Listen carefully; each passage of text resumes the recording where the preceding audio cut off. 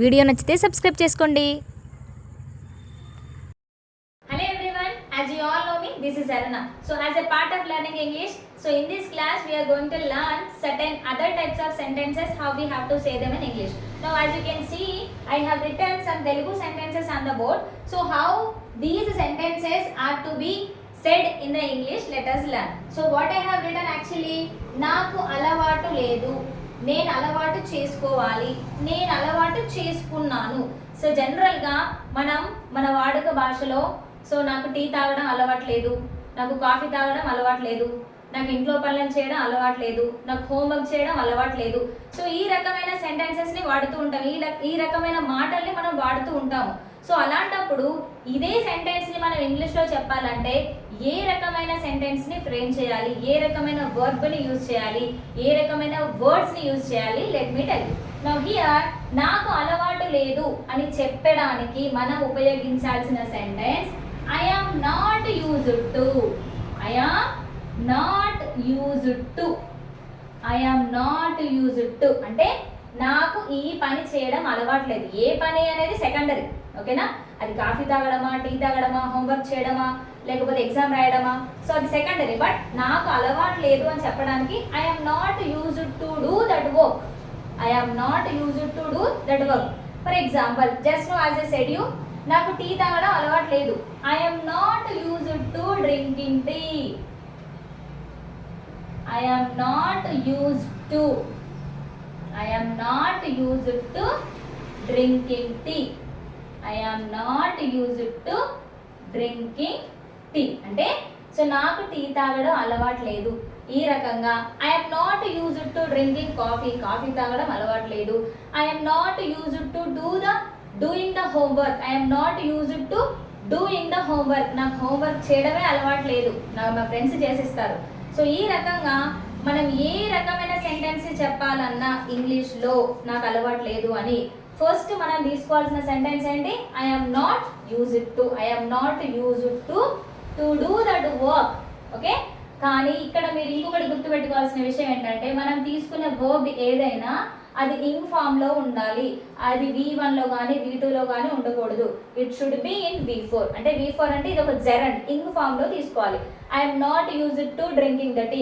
I'm not using to doing the homework. I'm not used to doing the household chores. So verb మనం తీసుకున్న verb ఏదైతే ఉందో compulsory అది ఇంగ్ ఫామ్లోనే ఉండాలి. It should be remember. Okay, now let us move on to the second sentence that is నేను అలవాటు చేసుకోవాలి. So initially I didn't have that habit. నాకు ఆ హ్యాబిట్ లేదు, ఆ అలవాటు నాకు లేదు. But now I'm interested to make that habit in to my life. అంటే నేను చాలా ఇంట్రెస్ట్గా ఉన్నా, ఆ పనిని నేను అలవాటు చేసుకోవాలి. Generally let me give an example. Initially I was not used to waking up early. I was not used to waking up early అంటే నాకు పొద్దున్నే లేవడం అలవాటు లేదు. కానీ ఇప్పటి నుంచి నేను పొద్దున్న లేవాలి, పొద్దున్న లేవడం అలవాటు చేసుకోవాలి. ఎలా? I have to get used.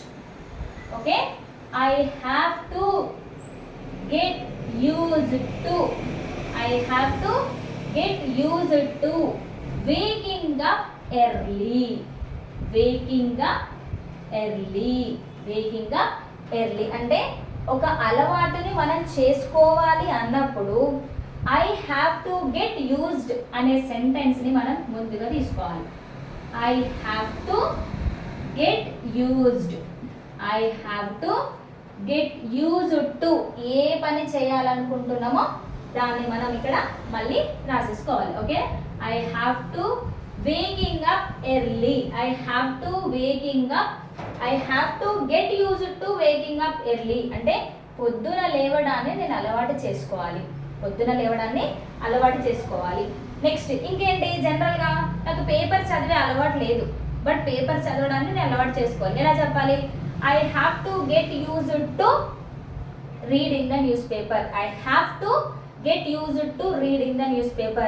So ఈ రకంగా చెప్పచ్చు. ఇదే కాకుండా I have to make a habit of reading English. I have to make a habit of. So ఈ రకంగా కూడా చెప్పచ్చు. There are many other ways. I have to make a habit.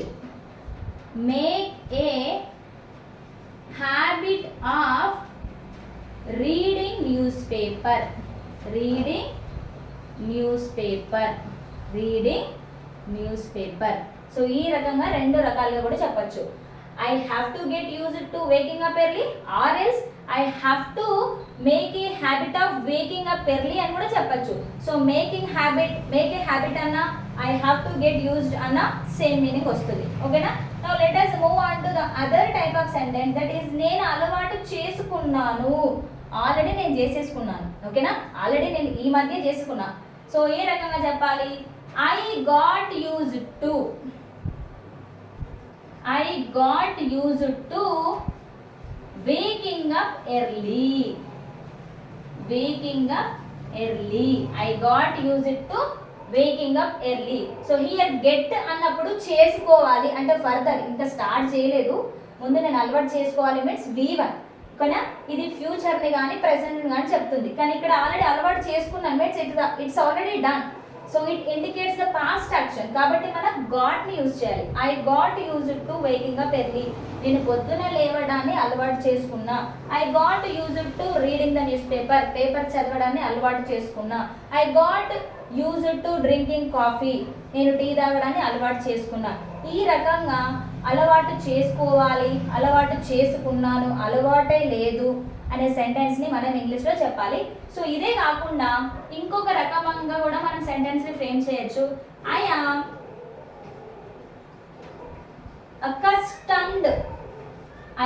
accustomed to reading the newspaper.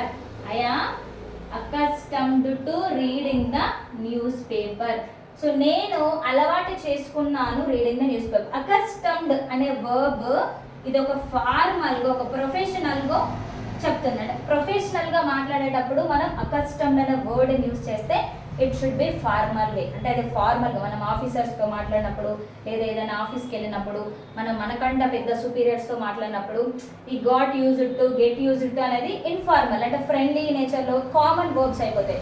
కానీ మనం స్పెసిఫిక్గా ఒక advance లెవెల్లో మాట్లాడాలి అనుకున్నప్పుడు అకస్టమ్డ్ అంటే so we have already had a habit of doing something అంటే మనకు ఆల్రెడీ ఒక అలవాటు చేసుకున్నాము. అకస్టమ్డ్ అనేది ఫార్మల్గా ఉంటుంది.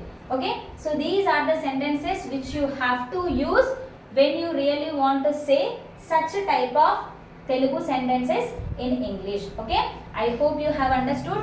If you have any doubt regarding this information, please let me know in the comment box. I am always there for you to give answers to make you clear. Thank you.